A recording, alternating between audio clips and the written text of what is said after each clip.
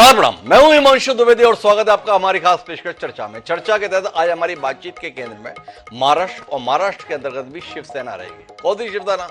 ठाकरे जी वाली या एकनाथ शिंदे जी वाली?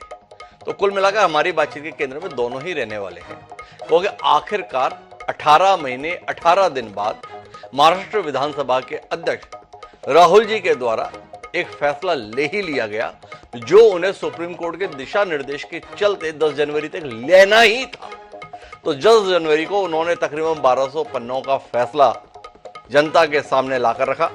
106 मिनट तक वो अपने इस फैसले को पढ़ते रहे, पर 106 मिनट में उन्होंने इस फैसले के मुख्य अंशों को ही पढ़कर सुनाया और साथ ही साथ ये बताया कि देखो भाई, एकनाथ शिंदे जी जो है ना, वही असली शिवसेना है। उन्होंने ये बताया कि एकनाथ शिंदे जी के साथ में जो 16 विधायक हैं, उन 16 विधायकों की योग्यता को लेकर कोई चुनौती दिया जाना विधि सम्मत नहीं है। एकनाथ शिंदे मुख्यमंत्री भी बने रहेंगे और उनके साथ के विधायक भी विधायक बने रहेंगे। इसलिए बने रहेंगे क्योंकि उद्धव ठाकरे जी के द्वारा जो कार्रवाई की गई थी वो कार्रवाई संविधान सम्मत नहीं थी, क्योंकि शिवसेना का जो संविधान चुनाव आयोग के पास था, उस संविधान के तहत ये फैसला सामने जी के द्वारा।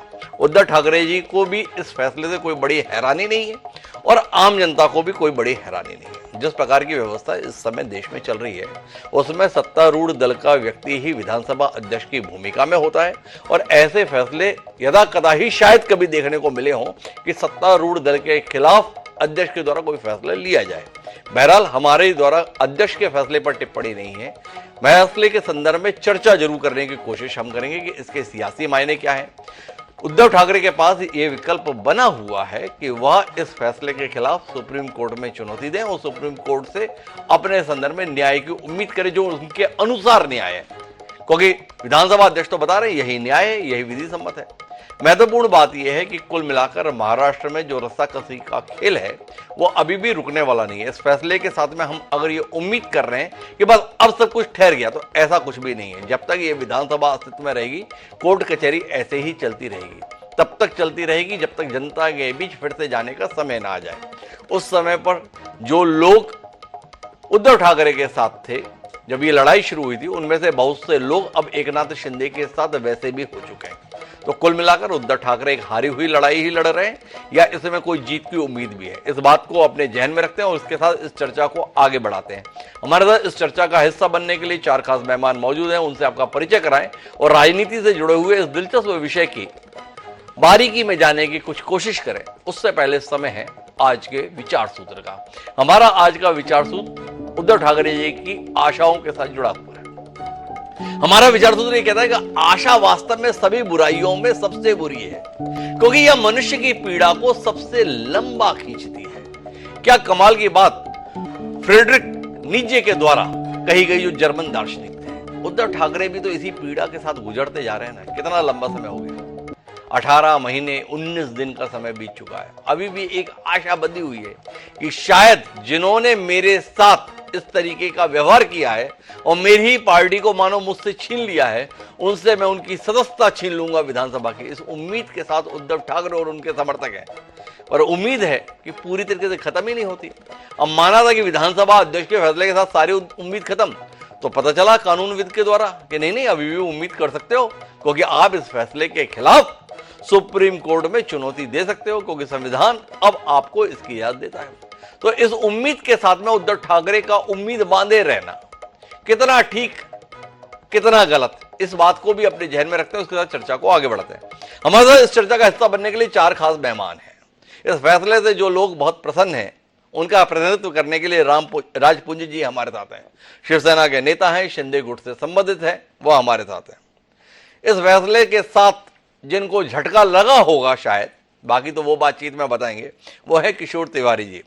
उद्धव ठाकरे जी के साथ मजबूती से तब भी खड़े हुए हैं जब उनके साथ खड़े रहने वालों की संख्या दिन पे दिन घटती जा रही है, पर किशोर तिवारी जी पता नहीं क्यों जुड़े हुए हैं, उनसे समझेंगे हम। हमारे साथ में जमाल शेख जी हैं, राष्ट्रवादी कांग्रेस पार्टी के प्रवक्ता हैं। आजकल मुझे एनसीपी के लोगों से बात करते में समझ में नहीं आता है कौन सी एनसीपी के, शरद पवार जी वाली, अजीत पवार जी वाली। एक डिबेट में हमारे साथ में वो कभी शरद पवार की पैरवी करते हैं, बाद में वो अजीत पवार की पैरवी करने लगते हैं। तो मुझे जमाल शेख जी के संदर्भ में अभी स्पष्टता नहीं, जमाल जी ही बताएंगे वो किसके साथ हैं। और इन सब के बीच में ऐसे हालात पर तटस्थ राय देने के लिए जाने माने वरिष्ठ पत्रकार विजय सिंह जी भी हमारे साथ हैं। आपका स्वागत है। चर्चा की शुरुआत हम किशोर तिवारी जी से करेंगे, लेकिन उससे पहले कुछ बयान सुनेंगे और उन बयानों के साथ किशोर तिवारी जी से समझेंगे अब आगे क्या। Out of 55 MLAs with the when the rival faction emerged, from my analysis, observations, conclusions and findings recorded in paragraph 82 to 144 here and above, I hold that Shinde faction was the real Shiv Sena political party when rival factions emerged on 21st June 2022.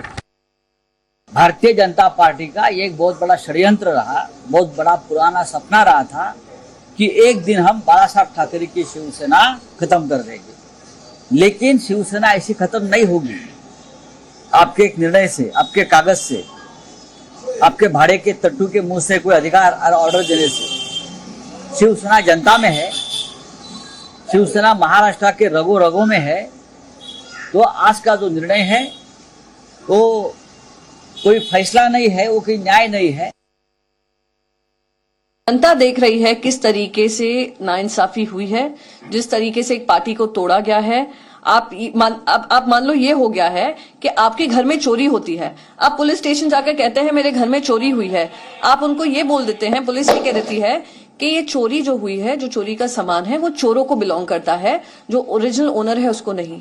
आज जो काम हुआ है वही हुआ है election commission के निर्णय से को लेकर, और आज इलेक्शन कमीशन का ये कहना कि हमारे पास ये कोई रिकॉर्ड नहीं है 2018 के अमेंडेड कॉन्स्टिट्यूशन कि जो जिम्मेदारी दी गई थी वो उनके समझ में नहीं आई। मामला सीधा था, सुप्रीम कोर्ट में गए थे और सुप्रीम कोर्ट ने एक फ्रेमवर्क दिया था क्या होना चाहिए, कैसे होना चाहिए, और सुप्रीम कोर्ट ने हमारा व्हिप सुनील प्रभु और गुट का नेता अजय चौधरी उसको की जो हमने नियुक्ति की थी वो मान्य की थी।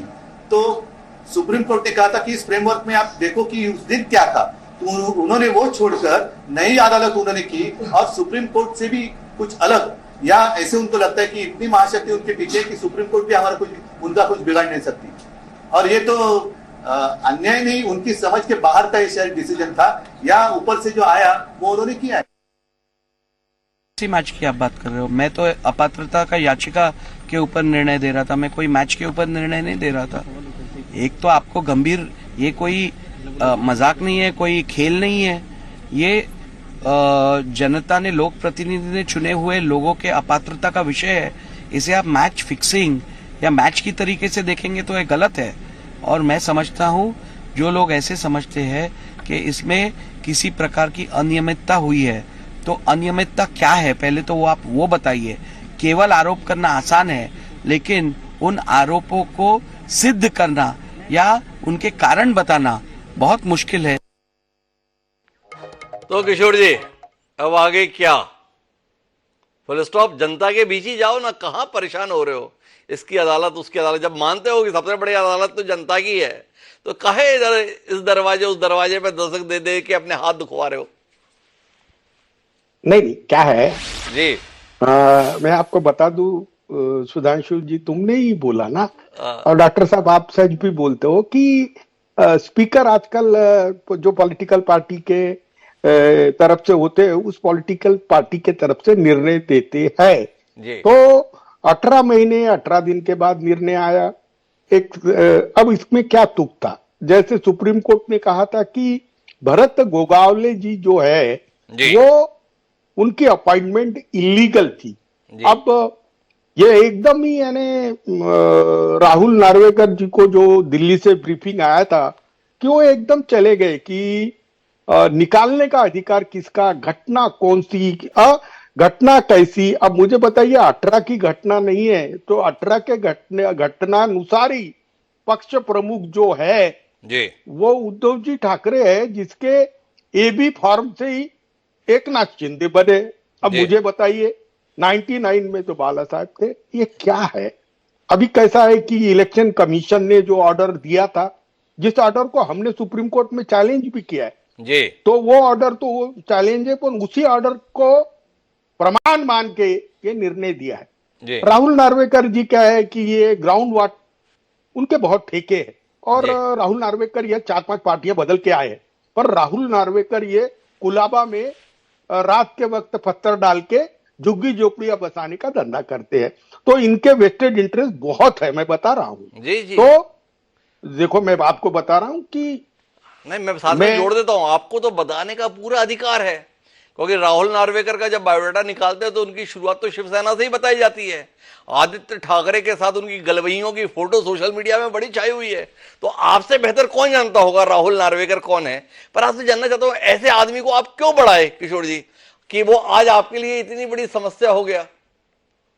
नहीं, वो गद्दार है भाई। वो एकनाथ शिंदे के पहले ही गद्दार था। कैसा हुआ कि 4 पार्टियां बदल चुके हैं। वो अभी जी। तो इलेक्शन के दिन उसने एबी फॉर्म बीजेपी का लेके चुन के आए, लेकिन उन्होंने एश्योर किया था अमित शाह को कि मैं आपके से वफादारी करूंगा। जी। और उनके, अब देखो, मैं उनके, राहुल नार्वेकर जी मुझे कोर्ट में ले जाए, कुछ भी ले जाए, मैं जो बोलता हूं वो रिकॉर्ड पे बोलता हूं। लेकिन जी। यहाँ पे विजय सिंह भी है और राजपुंज भी है। तो मैं एक बात अच्छे से करना चाहता हूं कि अपन ने शेड्यूल 10 लाया क्यों था।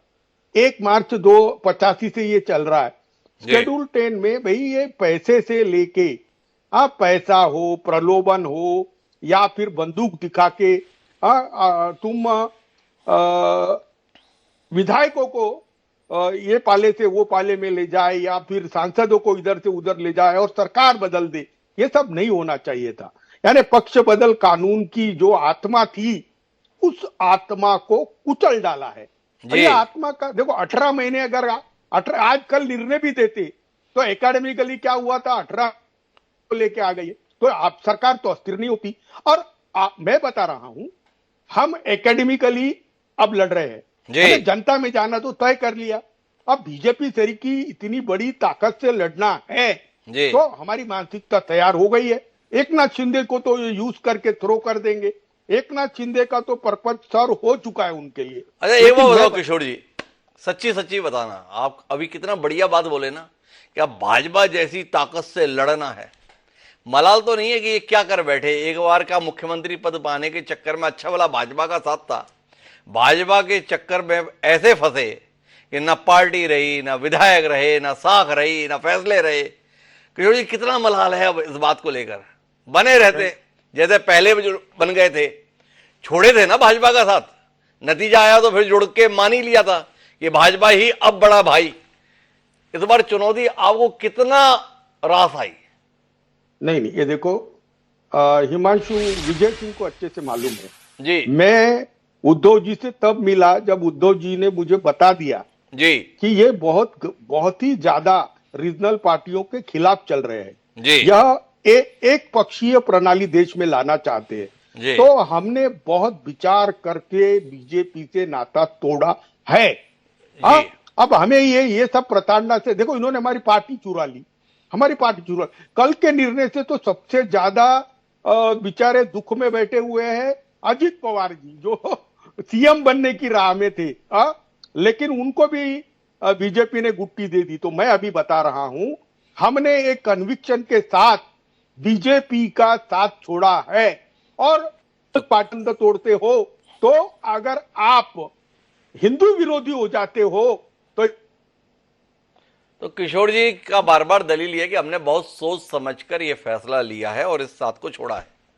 पर इस फैसले के साथ में अब एकनाथ शिंदे का भविष्य क्या है, ये जानने में हमारी दिलचस्पी है। कब भाजपा की सदस्यता ले रहे हैं एकनाथ शिंदे, क्योंकि किशोर जी बता रहे हैं कि क्षेत्रीय दलों को तो भाजपा रहने नहीं देती। तो राजबंजी, आपसे जानना ही है, अब आपका दल ही वास्तविक तौर पर शिवसेना है, तो विलय विलय की कोई संभावना है या शिवसेना को जिंदा रखेंगे और फिर कोई नया एकनाथ शिंदे आपके बीच से तो ना निकल जाएगा? इस खतरे के लिए तैयार रहेंगे?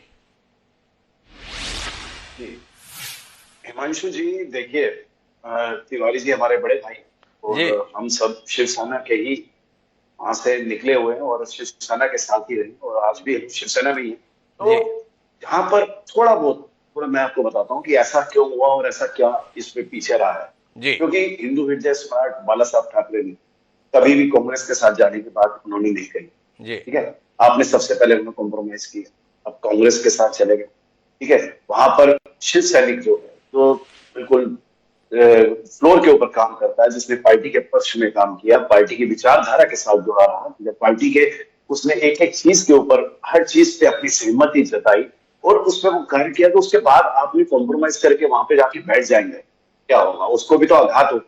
तो कहीं ना कहीं वो चीज जो टीस है कहीं ना कहीं तो निकलेगी। तो वही टीस थी जो निकली है।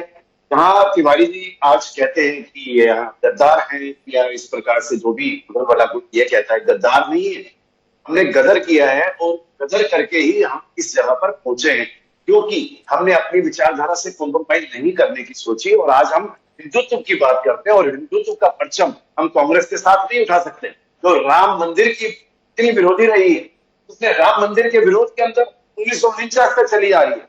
कहां से उनके प्रथम पर जो प्रधानमंत्री थे वो तक चले आ रहे थे और आज तक जितने उनके प्रधानमंत्री रहे किसी ने पक्ष नहीं लिया। हम उस कांग्रेस के साथ मिलकर कैसे आगे चल सकते हैं? जो कॉम्प्रोमाइज हुआ तो ठीक है, वो टूटना ही था। एक बात है राजपुंज जी, मैं तो आपकी दलील को थोड़ा समझ नहीं पा रहा। हम ऐसी कांग्रेस के साथ कैसे जा सकते हैं? अरे उस कांग्रेस के साथ तो जा सकते हैं ना जिसके साथ परम पूज्य बाला साहेब ठाकरे जी खड़े हुए थे। वो बाला साहेब ठाकरे जी जिन्होंने आपातकाल के दौरान इंदिरा गांधी जी के फैसले का समर्थन किया था, इतिहास के पन्नों में दर्ज है। तो जब बाला साहेब समय आने पर कांग्रेस के साथ जा सकते हैं, तो उन बाला साहेब के पुत्र उद्धव ठाकरे जी अगर कांग्रेस के साथ सरकार बना लिए तो क्या गुनाह? एक सवाल। दूसरा सवाल आपसे यह है राजपुंज जी, अगर आप इसी दलील पर रहना चाहते हैं तो जिस दिन फैसला लिया था उद्धव ठाकरे जी ने कांग्रेस के सहयोग के साथ सरकार बनाने का, तो यह आपके माननीय श्रद्धेय एकनाथ शिंदे जी उस कांग्रेस के साथ बनी हुई सरकार में मंत्री की शपथ क्यों ले लिए थे?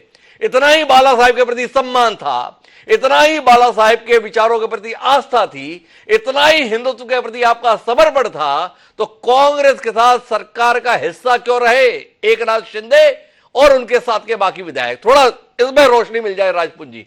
आपने इतनी भावुकतापूर्ण दलील दी कि मेरा तो दिल भर आया आपकी बात सुनकर, तो सोचा जान लूं, किशोर जी को भी ज्ञान मिल जाएगा और मुझको भी ज्ञान मिल जाएगा।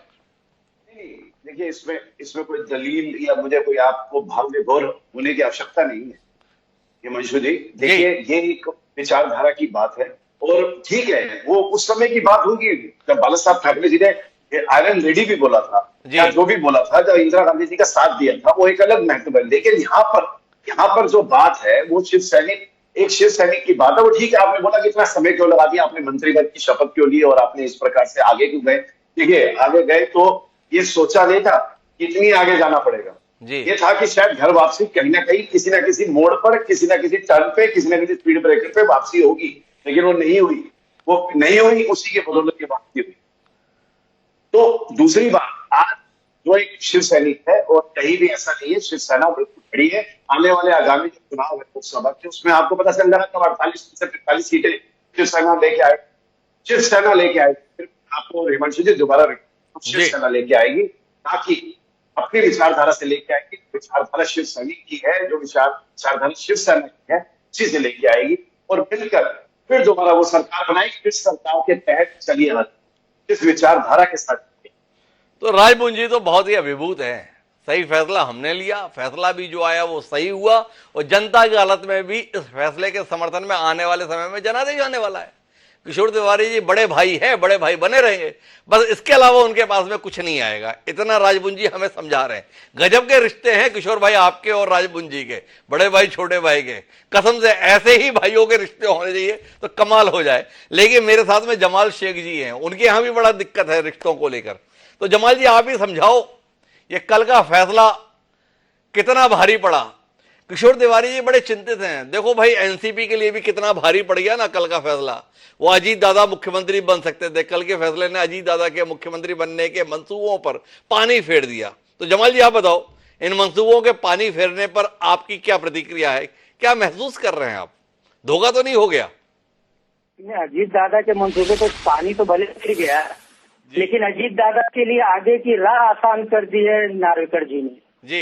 यानी जो खेल कल महाराष्ट्र में हुआ जी, ये बहुत मतलब इस आदेश का आने का सारे देश को पता ही था, खास करके महाराष्ट्र की जनता को पता था कि ये शिंदे के ही फेवर में आदेश जाने वाला है।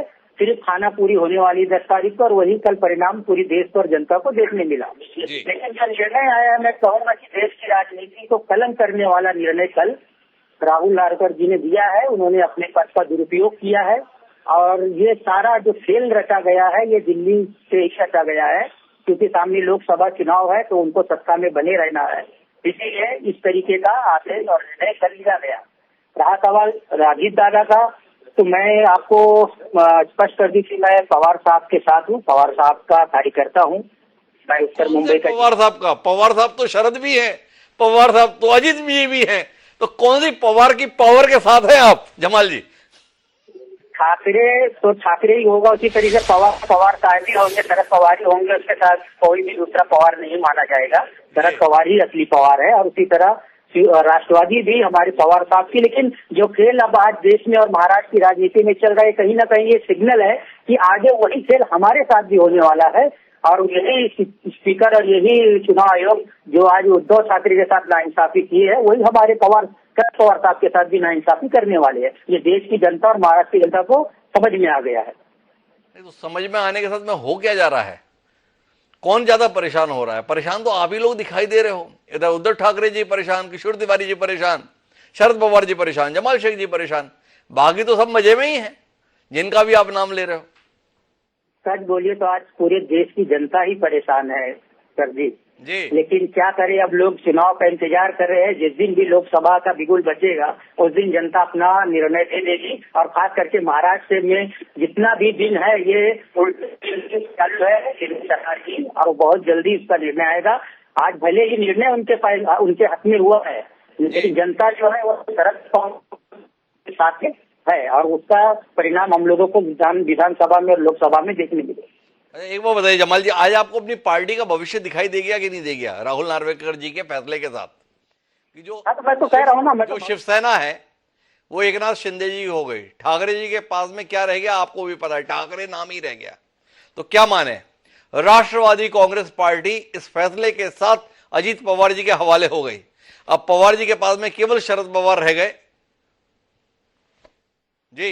तो वही कह रहा हूँ ना, मैं तो खुद ही भविष्यवाणी कर दे रहा हूँ कि कल हमारे साथ एक खेल होने जा रहा है, होगा, उसमें कोई शंका की बात नहीं है। लेकिन मैं दूसरी बात ये भी कहना चाह रहा हूँ कि भले आज वो पावर में, सत्ता में उसका दुरुपयोग कर रहे हैं, लेकिन देश और महाराष्ट्र की जनता जो है और उनकी सिंपैथी जो है वो हमारे आदरणीय शरद पवार। सवाल है जमाल शेख जी, इस फैसले के खिलाफ समर्थन की उम्मीद या बदलाव की उम्मीद आपको कहां से है?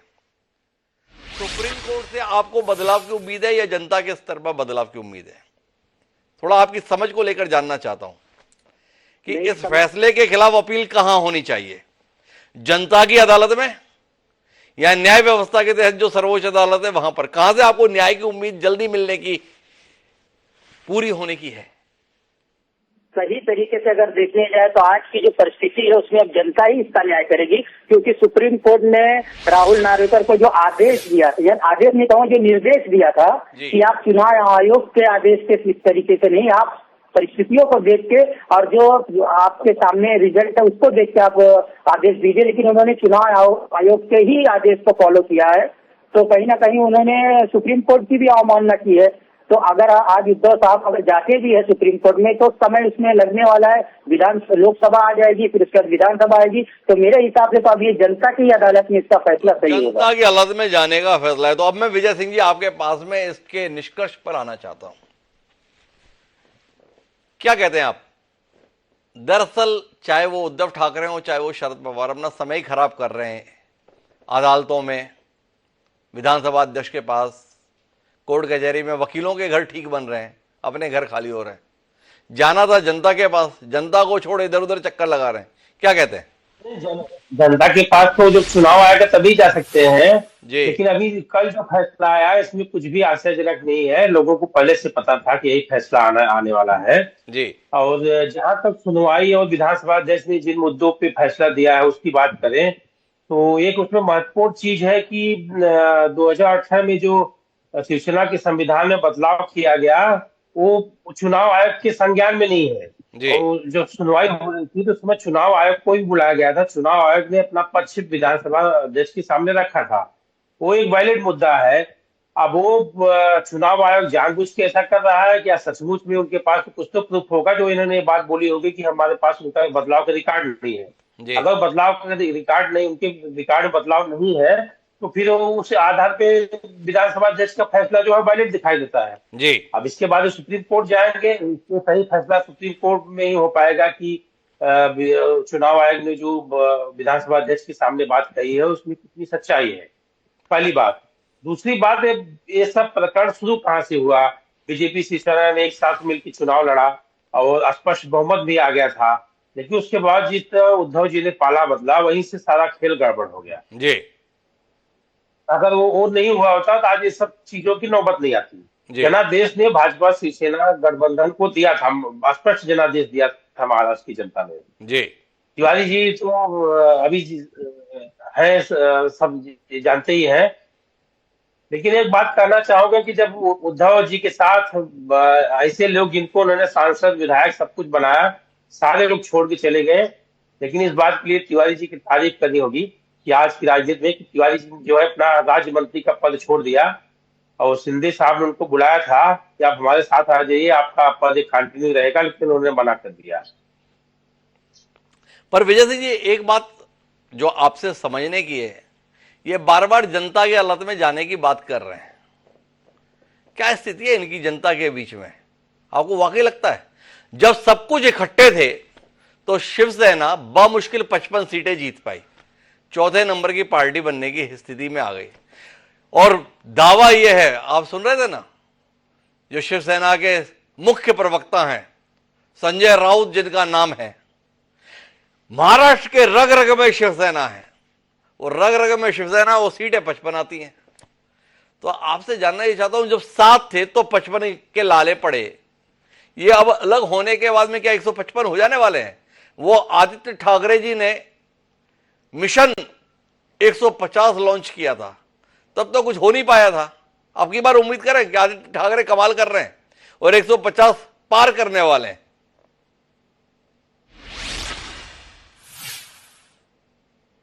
देखिए, राउत साहब बड़ी बड़ी बातें करते हैं और 150 पार नहीं करने वाले हैं।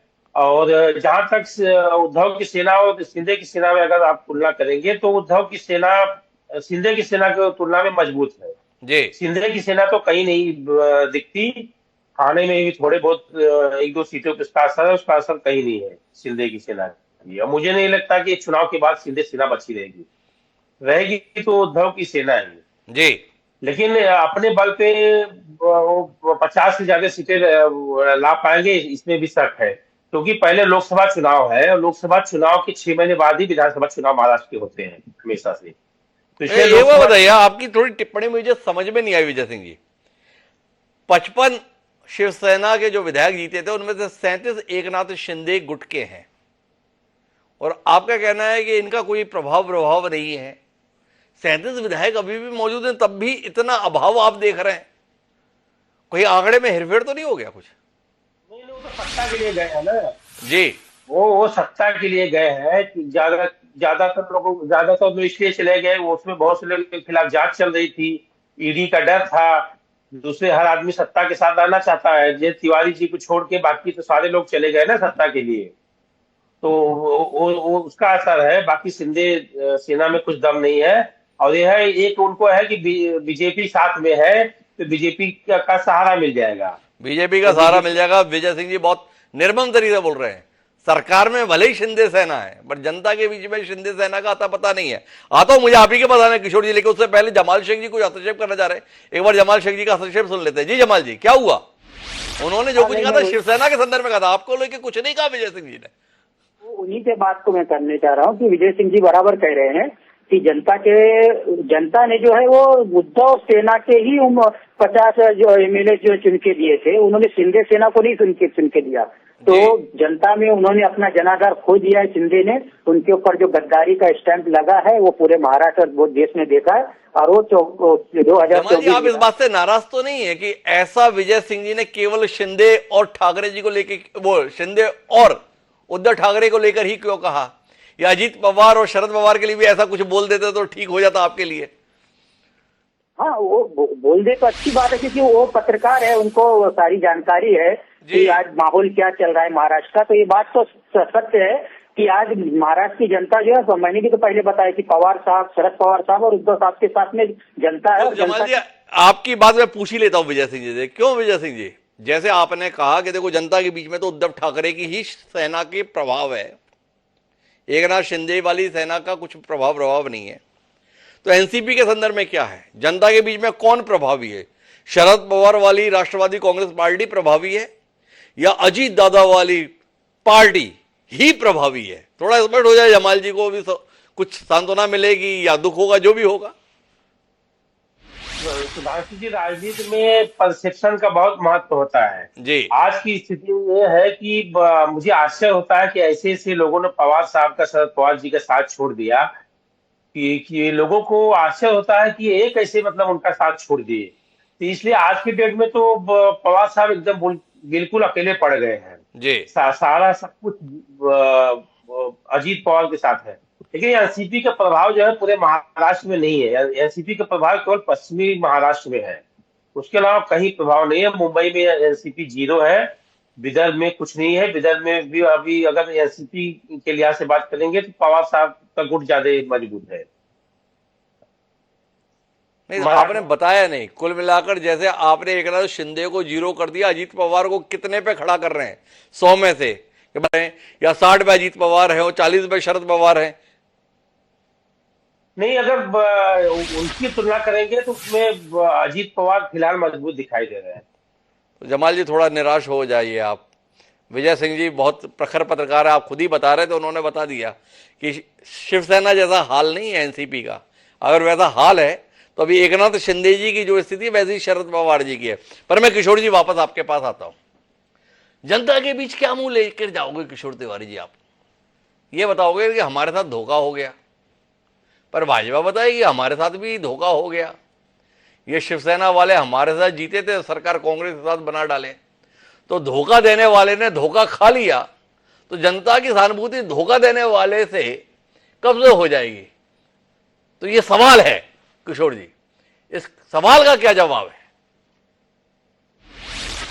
नहीं, जनता में तो अब इंडिया अलायंस बोल के जाना है। ऊपर से 48 सीटों की जो बात थी तो कांग्रेस ही है एडवांटेज में है महाराष्ट्र में। लेकिन एक बात मैं तुमको बता देता हूं, विजय सिंह जी का जो रेफरेंस था, 14 में मैं मोदी जी के साथ आया था, मोदी जी के साथ ही था मैं, और मोदी जी ने बहुत किसानों के लिए प्रॉमिस किए थे। तो 5 साल ये मोदी करेंगे, इसलिए 14 में ही ऐसा हुआ कि बीजेपी स्टेट यूनिट ने कह दिया कि अब हमें शिवसेना की जरूरत नहीं है जी। और अब वो जो राजू प्रताप रूडी जो थे इनके इंचार्ज, उन्होंने दिल्ली से अनाउंस किया कि अब हम हमारे खुद के बलबूते पे चुनाव लड़ेंगे जी। और उस वक्त मैं बता रहा हूं कि चुनाव के आखिरी दिन की सभा उद्धव और आदित्य ने ली थी थाना में जी। और वो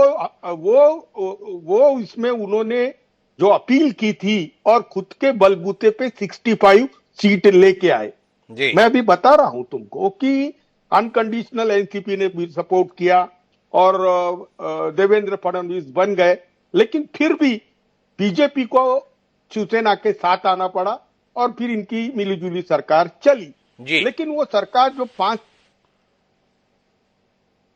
तो उस सरकार के अंदर उद्धव जी को बहुत इग्नोर किया गया। फिर चुनाव आया तो छोटा भाई बना लिया। मातोश्री पर अमित शाह गए, मातोश्री पर नरेंद्र मोदी जी ने बहुत बड़ी बड़ी बातें की और बाद में लोकसभा में साथ में लड़े और विधानसभा भी साथ में लड़ेंगे ऐसा कहा गया और साथ में लड़े जी। मन दुख हो गए थे कि डॉच, तो ये डॉच करने के वजह से ज्यादा दुखी थे। कौन? उद्धव जी जी। बड़े प्लान से इनको डॉच किया था और अब हमें ये सब मालूम था। अभी भी हमको लगता है कि केसेस लगा के हमारे तरीके जो होकर लोग हैं या खुद आदित्य ठाकरे, उद्धव ठाकरे हो, इनको भी अरेस्ट कर सकते हैं। लेकिन महाराष्ट्र के अंदर 2.5 साल का जो रूल उद्धव ठाकरे ने दिया जी। तो मैं परसों देख रहा था विजय सिंह ने वो कवर किया या नहीं का,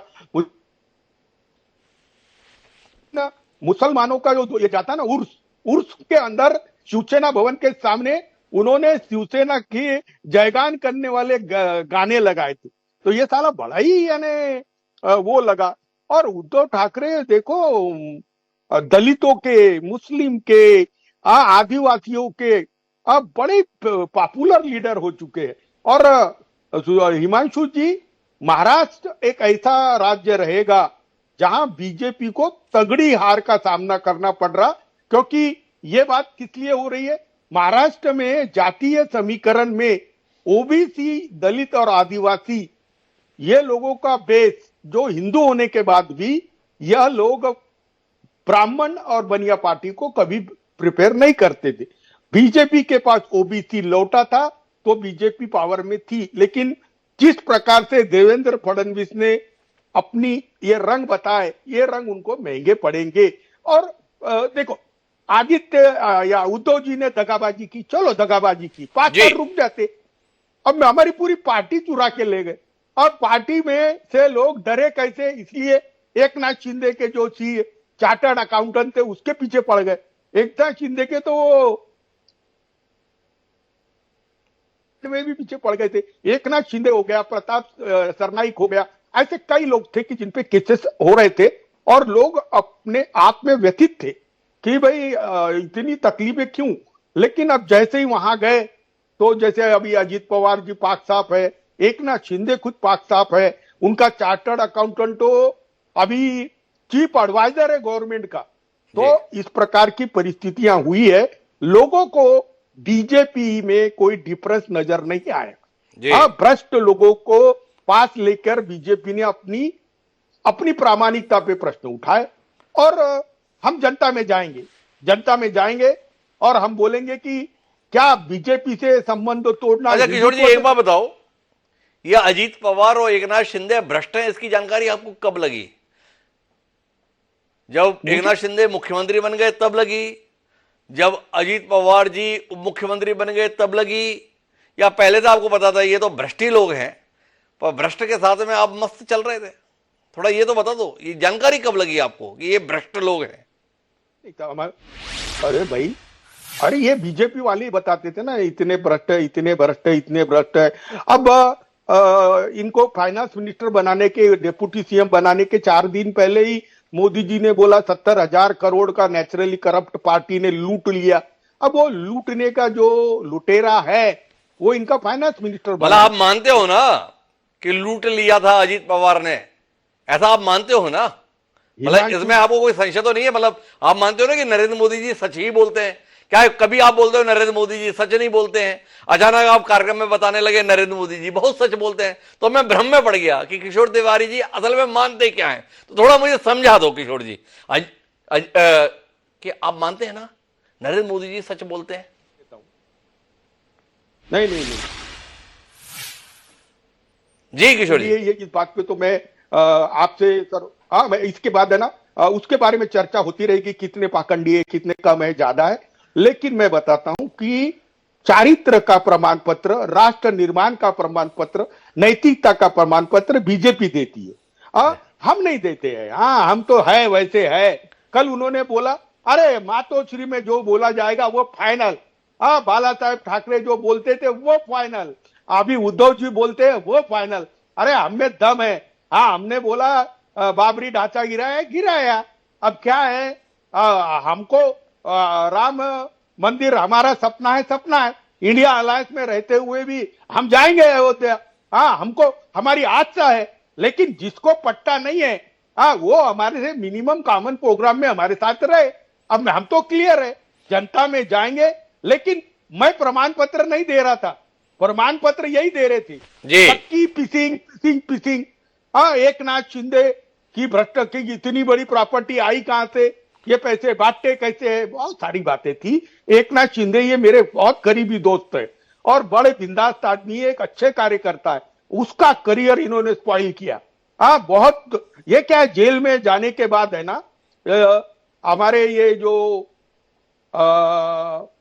जमाल शेख है इनको भी मालूम है ये हमारे जो इनके दोस्त थे, हाँ वो भुजबल जी, हाँ छगन भुजबल, नवाब मलिक जी, नवाब मलिक जी।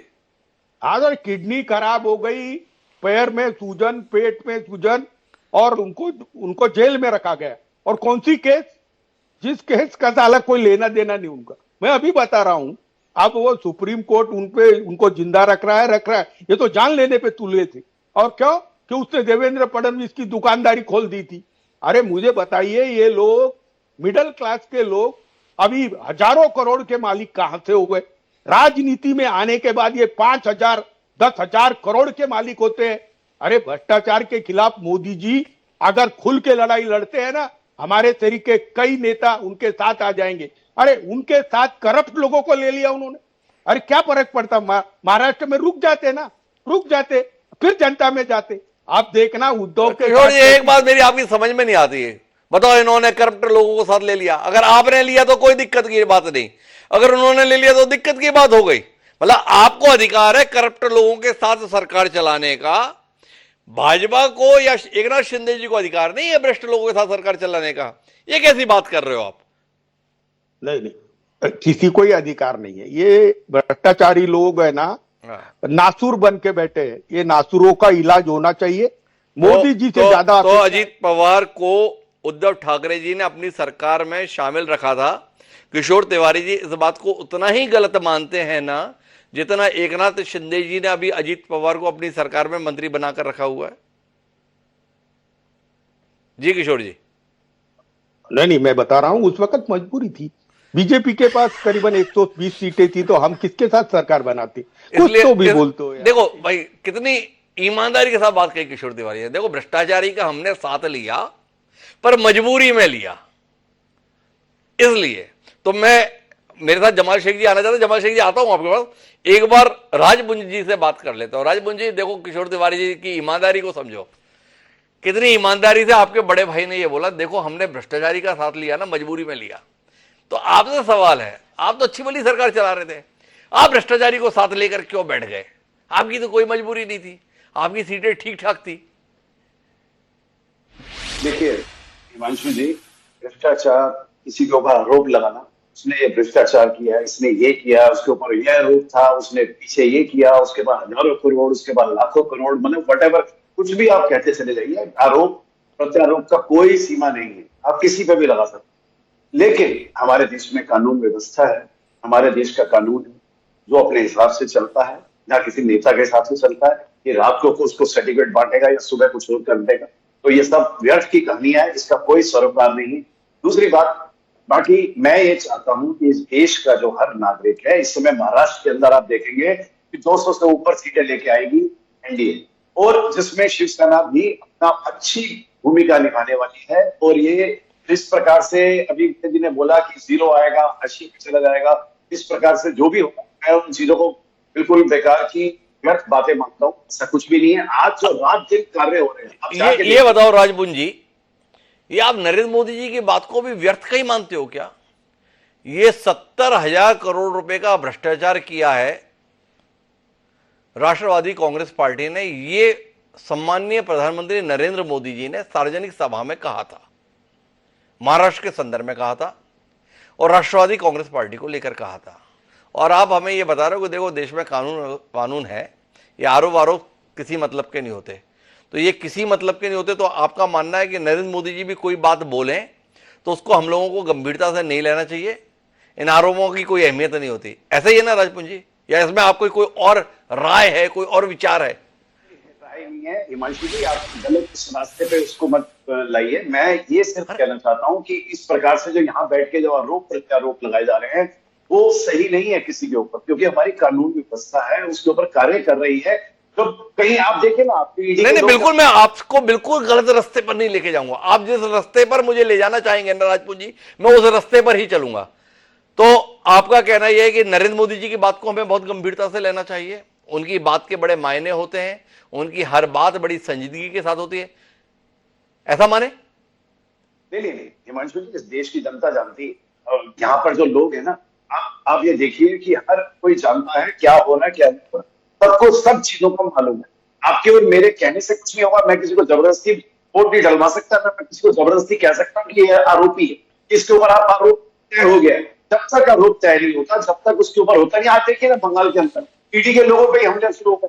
मतलब ये क्या तरीका है? पर इस देश के अंदर आप पूरे आज विश्व के अंदर देखिए, विश्व पटल पर देखिए, प्रधानमंत्री जी का जो कद है, इसके आगे विश्व का कोई नेता हाथ देख नहीं पा रहा। आज उनका, आज राम मंदिर के ऊपर 500 साल के बाद आज हम लोग राजनीति कर रहे हैं। अरे हमें हर हिंदू, यहाँ पर तिवारी जी बैठे हैं, विजय जी बैठे हैं, और इनको पता होना चाहिए कि 500 साल का संघर्ष है हर हिंदू का 140 करोड़ का परिवार है इस देश का। तो इस परिवार को ये आज खुशी की बात है, और उस चीज को हम अब दरकिनार कर रहे हैं कई लोग, और ये अच्छी चीज नहीं। यहाँ पे धर्म को नहीं लाना चाहिए, जाति को नहीं लाना चाहिए। ये देश का विषय है, आप सबकी भावना का विषय है। राजभुवन जी, जब आप इतने ही भावुक हो, इतना ही महत्वपूर्ण अवसर इसे मान रहे हो, और आप तो शिवसेना के संदर्भ में यहाँ प्रवक्ता हैं जो बाल ठाकरे के आदर्शों पर चलने वाली है, बाल ठाकरे की बात को ही कानून मानने वाली है। उन बाला साहेब ने ही अयोध्या के मसले पर किसी समय यह बयान दिया था कि अगर शिवसैनिकों ने बाबरी ढांचा गिराया है तो मुझे इस बात पे गर्व है। उन बाला साहेब के बेटे उद्धव ठाकरे जी को इस आयोजन में, जिसमें 8000 लोग देश भर से बुलाए गए हैं, आमंत्रण नहीं मिला है। राजभुवन जी, इस बात का आपको रंज है या इस बात की आपको खुशी है? नहीं, देखिए, मुझे कोई रंज नहीं है, इसमें कोई खुशी नहीं है। देखिए, ये जो वहां का निमंत्रण है वो हर 140 करोड़ लोगों के घर तक पहुंचा है, और पहुंच रहा है, और 2-4 दिन के अंदर पूरे देश के लोगों के घर तक पहुंचा, चाहे वो किसी भी धर्म और जाति को हो। आप किसी भी भारतीय, राजभुवन जी, मेरा सवाल वापस है, आप बार बार राम मंदिर राम मंदिर राम मंदिर को लेकर दलील दे रहे हैं। क्या उद्धव ठाकरे की इस देश में हैसियत उन 8000 लोगों में भी नहीं रह गई है जिसको राम मंदिर के प्राण प्रतिष्ठा समारोह में आयोजन का विधिवत आमंत्रण मिले? ये मेरा सवाल है राजभुवन जी। हिमांशु जी, देखिए, ये कार्यक्रम तो जो है भारतीय जनता पार्टी या एनडीए का या शिवसेना का नहीं है। ये कार्यक्रम राम जन्मभूमि दिवस का है, वहां की तरफ से निमंत्रण दिया जाएगा। वो किसको निमंत्रण दे रहे हैं, उनको किसको निमंत्रण देना है, किसके घर में कोई अच्छा समारोह है या कुछ भी है, कि भाई जी के घर में अगर कोई समारोह है या मेरे घर में है, तो मुझे पता होगा कि मुझे किसको निमंत्रण देना है, या उसके अंदर मैं थोड़ी जबरदस्ती किसी को निमंत्रण देना। न्यास किसी की बपौती है क्या? इस देश का ही है ना न्यास, इस देश की भावनाओं के तहत बना हुआ न्यास है ना। मेरा एक सीधा सवाल था, राजभुवन जी शायद उस सवाल का उत्तर देने में अभी अपने आप को सहज महसूस नहीं कर रहे। फिर भी एक बार दोहरा देता हूं, उद्धव ठाकरे को आमंत्रण ना मिलने को राजभुवन जी जायज मानते हैं, नाजायज मानते हैं? जी राजभुवन जी। नहीं हिमांशु जी, मैं ये कह रहा था कि इसको राजनीतिक ना बनाया। ये श्री राम जन्मभूमि जिसका हजारों वर्ष का इसमें संघर्ष है, उस संघर्ष के तहत आज देखने को मिल रहा है, और इसके ऊपर राजनीति ना करी जाए। वो जिसको देना चाहे निमंत्रण दे, किसी ने किसी को मना नहीं। तो ये राजभुवन जी की दलील है। लेकिन मैं अब आखिरी दौर की बातचीत के लिए आना चाहता हूं, लेकिन उससे पहले राजभुवन जी, आपसे एक आखिरी सवाल जरूर करना चाहता हूं इस चर्चा में। विजय सिंह जी का मानना है कि विधानसभा में आपके पास भले ही 37 विधायक हैं, पर जनता के बीच में आपका कुछ नहीं बचा इस कदमों के चलते। इस दलील पर आपका क्या कहना है? अगर आप इस बार कुछ नहीं कहेंगे तो ऐसा मान लिया जाएगा कि विजय सिंह जी ने तो साक्षात सत्य ही यहां पर रहस्योद्घाटित किया है। तो आपकी जिम्मेदारी बनती है कि इसके संदर्भ में आप कुछ तो कहें। मंशु जी, देखिए, जिस प्रकार से विजय जी ने कहा कि ऐसे हाशिए पे वगैरह शायद इन्होंने कार्य देखे, महाराष्ट्र के अंदर ये निकले और जाके देखे कार्यों। मैं सिर्फ ये नहीं कहना चाहता आपका कार्य बोलता है, हम चाहते आपका कार्य बोलेगा। आपने जो जनता के बीच में जाके जो कार्य किए हैं, उस कार्य के ऊपर जनता आपको प्रमाण देगी, उसी ने वोट देना है। और अगर आप एक मान के चल रहे अपनी विचारधारा पे अड़ेंगे, अगर आप अपनी विचारधारा पे अड़ेंगे, तो डेफिनेटली आपकी जीत होगी, इसमें कोई दो राय नहीं है। इस पर कोई कहना कुछ भी जल्दी में कुछ सही नहीं है, और उससे ज्यादा जनता ही इसका जवाब देगी, समय इसका जवाब देगा। ये बात बिल्कुल पते की राजभुवन जी ने की है। काफी देर बाद राजभुवन जी ने एकदम सटीक बात कही। फैसला तो तभी आएगा। जी किशोर जी, कुछ कहना चाह रहे हैं आप? नहीं, मैं आपको बता रहा हूं, विजय सिंह जी बंबई में रहते हैं और महाराष्ट्र की राजनीति कवर करते हैं और पूरे महाराष्ट्र में दौरे करते हैं, जमीनी हकीकत बता रहे हैं। और हकीकत तो इतनी खराब है कि एकनाथ शिंदे जो जहां से चुनाव लड़ते हैं, वो थाना का ऐसा इलाका है, वहां से चुन के आना भी उनके लिए कठिन हो चुका है। और ये वास्तविकता को एक बात बताओ किशोर तिवारी जी, ये एकनाथ शिंदे की ऐसी हालत होगी इसी में आपको संतोष हो जाएगा, या विजय सिंह जी साथ में ये भी बता रहे हैं कि आपकी बामुश्किल 50 सीटें आएंगी, तो इसको लेकर आप परेशान हो? विजय सिंह जी की बात आपको इतनी सत्य लग रही है, वो विजय सिंह जी बामुश्किल आपको 50 सीटें दे रहे हैं विधानसभा की, संतुष्ट हो इस बात से? विजय सिंह जी की समझ के साथ हो किशोर जी? यही जनता का जवाब है, 50 सीटें उद्धव ठाकरे के हिस्से में। विजय सिंह जी को आप उनके उम्र के 30 साल बंबई में कवर किए उन्होंने, मैं अभी बता रहा हूं, उन्होंने 50 सीटें हमको कही। हाँ, हम अब इंडिया अलायंस में लड़ेंगे, प्रकाश आंबेडकर भी हमारे साथ होगा, तो विधानसभा की सीरियसली लड़ने को हमारे पास 110 से 120 सीटें आएगी। उसमें से हमारा 50% स्ट्राइक रेट वो कह रहे हैं, तो हम चाहते हैं हमारा 80% स्ट्राइक रेट रहे, और उस तरीके से सीरियसली उसकी बात को लेते हुए हमने काम चालू कर दिया है ना। अभी ये बोलते थे 23 टिकट के लिए 23 सीटों में लड़ रहे, ये लड़ रहे, वो लड़ रहे, लड़ने वड़ने का नहीं है। 1-to-1 में कौन पावरफुल उम्मीदवार दे सकता है, यहां पर बात चल रही है। और आप जितने भी सर्वे देखेंगे, महाराष्ट्र के प्रति मोदी जी बहुत चिंतित है, और मोदी जी का दिल्ली का रास्ता हम ही रोकेंगे, और यह रोकने के लिए तो मैं रात दिन घूम रहा हूं। और राजपुंज जी, जरा विजय सिंह की बात को सीरियसली लेना, नहीं तो मालूम पड़ा कि एकनाथ शिंदे ही चुनाव हार गए तो साला बहुत विचित्र हो जाएगा। मैं बता रहा हूं, जमीनी हकीकत यही है, सत्ता के साथ तो। किशोर जी, आप एकनाथ शिंदे जी को चुनाव जितवाने के लिए इतने प्रयत्नशील क्यों? कौन सी संभावना अपने लिए जिंदा रखना चाहते हो जिसके चलते राजपुंजी को आप आगाह कर रहे हो? अरे जरा देखना भाई, देखना कहीं एकनाथ शिंदे चुनाव ना हार जाए। ये इतनी चिंता आपको एकनाथ शिंदे जी की क्यों हो रही है? शिंदे ये मेरे बहुत परम मित्र है, एक अच्छा कार्यकर्ता जिसका बीजेपी ने बलि दिया है, और बीजेपी उनको यूज एंड थ्रो की पॉलिसी में, मेरे को भी यूज एंड थ्रो किया। तो एक ही नाव पर सवार हैं, ऐसा किशोर जी बता रहे हैं। पर मैं आखिरी बातचीत के लिए आना चाहता हूं, और जमाल शेख जी अब निर्णायक बातचीत पे है। जो सबक आपको शिवसेना की लड़ाई में देखने को मिला है, तो अब क्या रणनीति? आप कोर्ट कचहरी में समय लगाना चाहेंगे, या अब शरद पवार जी से कहेंगे छोड़िए साहब, जनता के बीच ही रहते हैं, असल फैसला तो जनता से आना है, सीटें आएंगी तो सब कुछ समझ जाएगा, सीटें नहीं आएंगी तो कोर्ट के फैसले या विधानसभा अध्यक्ष के फैसले का भी क्या कर लेंगे? क्या कहते हैं जमाल जी? अब चक्कर छोड़ें, कोई और आशा रखना व्यर्थ। नहीं, आप देख सकते हो कि हमारे पवार साहब, हम लोग संगठन के ऊपर ही ध्यान दे रहे हैं। हमारे बीच में ऐसा आप देख भी रहोगे कि कोई इतना बड़ा डिस्प्यूट नहीं चल रहा है अजीत दादा और हमारे बीच में, ना हम लोग किसी तरीके का पत्र व्यवहार कर रहे हैं, ना किसी कोर्ट में जा रहे, क्योंकि हमें भी पता है कि हमें पब्लिक के और जनता के बीच में ही जाना है, और जनता ही इसका निर्णय देगी। इसी तरह भी हमारा अधिवेशन शिरडी में हुआ है, तो हम लोग अब संगठन के ऊपर ही ध्यान दे रहे हैं। तो बड़ी महत्वपूर्ण बात जमाल शेख जी ने कही। तो विजय सिंह जी, अब आखिरी टिप्पणी आपसे चाहिए। क्या आपको लगता है कि अब उद्धव ठाकरे को अपना पैसा वकीलों की फीस में खर्च करने के स्थान पर जनता के बीच जाकर समर्थन की उम्मीद जुटानी चाहिए, ना कि इन अपील, बहस, विलाप, इसमें समय जाया करना चाहिए? जनता के बीच तो जाएंगे जब चुनाव आएगा, क्योंकि उसके पहले अपने कार्यकर्ताओं का मनोबल बढ़ाने के लिए सब चीजें करनी पड़ती हैं। उद्धव गुट को पता था कि क्या फैसला आने वाला है, लेकिन रोज जो है राउत साहब रोज यही बोलते थे कि बस जल्दी जेपी फैसला आएगा, ये सारे इनके विधायक अपात्र हो जाएंगे और शिंदे भी अपात्र हो जाएंगे और इनकी सरकार चली जाएगी। जबकि उनको पता था कि जो बोल रहे हैं झूठ बोल रहे हैं, उनको पता था क्या रिजल्ट आने वाला है। लेकिन अपने कार्यकर्ताओं को मनोबल बनाए रखने के लिए ये करना पड़ता था। अभी तक वो कहते थे। एक बात बताओ विजय सिंह जी, जो नेता अपने कार्यकर्ताओं का मनोबल झूठी उम्मीद पर बनाता हो, उस पर जनता भरोसा कैसे कर लेगी? आपकी बात तो बड़ी ही तल्ख और बड़ी ही आक्रामक है। पता था क्या फैसला आना है, तो भी अपने कार्यकर्ताओं का मनोबल बनाए हुए थे। किस बात पे? झूठी बात पर। ऐसे झूठी बातों पर जो अपने कार्यकर्ताओं को साथ रखने की कोशिश करता है, उसके साथ जनता कैसे आएगी विजय सिंह जी? मैं तो बड़ा हैरत में पड़ गया। जनता को पता है कि राजनीति पूरी झूठ पे ही चलती है, इसलिए उनके लिए कोई आश्चर्य की बात नहीं है। वही नहीं, सारी पार्टी, सबको पता है कि नेताओं को पता है उनकी पार्टी की कितनी सीटें आने वाली है। तो फिर जाकर अगला सवाल है विजय सिंह जी, जिस बात को आम जनता को भी पता है, ये शिवसेना के कार्यकर्ताओं को पता नहीं रहता, जो ऐसे झूठे में बहक जाते हैं, बहल जाते हैं।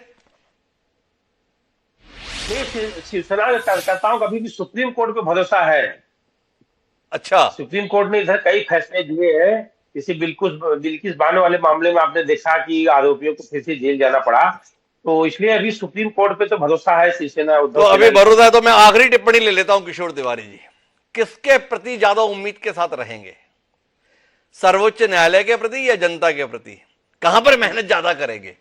वकील अच्छे लगाएंगे या कार्यकर्ता जनता के बीच में ज्यादा जुटाएंगे?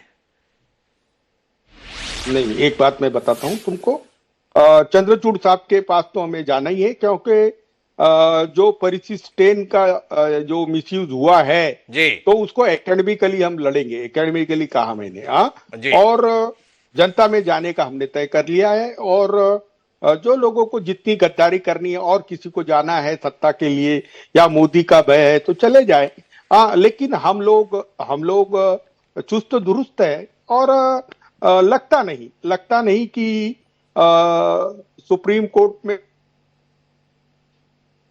आएगा जिससे महाराष्ट्र के अंदर ये लोग डिस्क्वालीफाई हो जाए।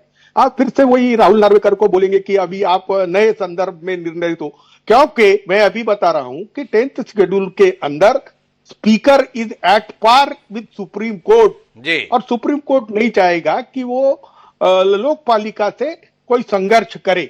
और अभी नए में आपने देखा चंद्रचूड़ साहब भी थोड़े ठंडे और नरम नजर आ रहे हैं। क्या बात है, देश में वो एक कड़क नजर आते थे, वो भी अब नरम नजर आ रहे हैं। तो हमें जनता में ही जाना है। एक बार तानाशाह को हटाएंगे, प्रजातंत्र की पुनर्स्थापना करेंगे, फिर खुल के बात करेंगे। तो कुल मिलाकर अपना ऐलान कर दिया किशोर तिवारी जी ने, आखिरी फैसला तो जनता के स्तर पर ही लेकर आएंगे, लेकिन फिर भी एकेडमिकली हम इस फैसले के खिलाफ सुप्रीम कोर्ट में दस्तक देंगे। सुप्रीम कोर्ट से एक बार फिर इस मामले के विधानसभा अध्यक्ष पर आने की उम्मीद ही किशोर तिवारी जी को है। लेकिन इतना तय है कि महाराष्ट्र में अभी यह संघर्ष रुकने वाला नहीं है। कुल मिलाकर इसका अंतिम परिणाम जनता के स्तर पर आम चुनाव में ही देखने को मिलेगा। तो इस उम्मीद के साथ में ठाकरे जी भी हैं, पवार जी भी हैं, फडणवीस जी भी हैं, भाजपा भी है, कांग्रेस भी है, शिवसेना भी है। तो सब उम्मीद के साथ है। सबको उम्मीद के लिए हमारी तरफ से हार्दिक शुभकामनाएं और बहुत बहुत धन्यवाद इस चर्चा का हिस्सा बनने के लिए। समय है अब आज के शेर का, तो हमारा आज का शेर इन उम्मीदों को लेकर कहता है कि ख्वाब, उम्मीद, तमन्नाएं, ताल्लुक, ख्वाब, उम्मीद, तमन्नाएं, ताल्लुक, रिश्ते जान ले लेते हैं आखिर ये सहारे सारे। तो कुल मिलाकर ये जो उम्मीद है और जिन लोगों से उम्मीद है वो तकलीफ बहुत देती है। ना हो तो उद्धव ठाकरे जी से बात करके देखिए या शरद पवार जी से। बहरहाल इमरान उल हक ने, चौहान ने जो ये बात कही, बात बड़ी ही सटीक थी। तो इसके साथ अब मुझे दीजिए इजाजत।